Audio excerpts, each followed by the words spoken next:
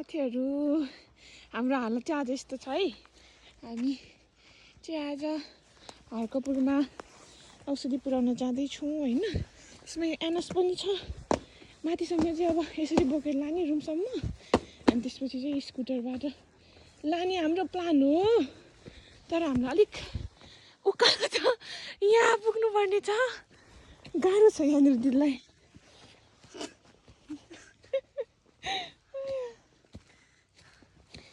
यहाँ लास्टतिरसम्म चाहिँ दिदीले बोक्नुहुन्छ, म अनि म बोकिदिन्छु मेरो प्यारी दिदीलाई।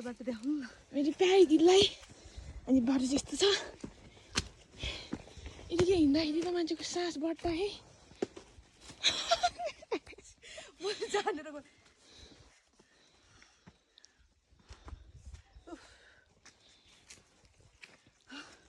ल म त नसक्ने भइसक्यो। उता हिँड्नु, उता यहाँसम्म चुसेकी भाइ चुसेकी।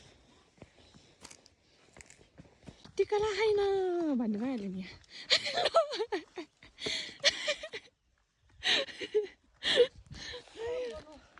काम गर्नु कहाँ सजिलो छ भाइ, साधन दिएर मात्रै हुँदैन रहेछ। मान्छेले भन्छ नि यो ड्युटीको काम के छ, के अरे चोकमा जाने कुरा काटेर के अरे चोकमा जाने बस्ने भन्छ नि। हाम्रो पीडा जो के अरे सेवाग्राहीको लागि हाम्रो हात सलाम छ, कुरा काट्नेको लागि हात फलाम छ।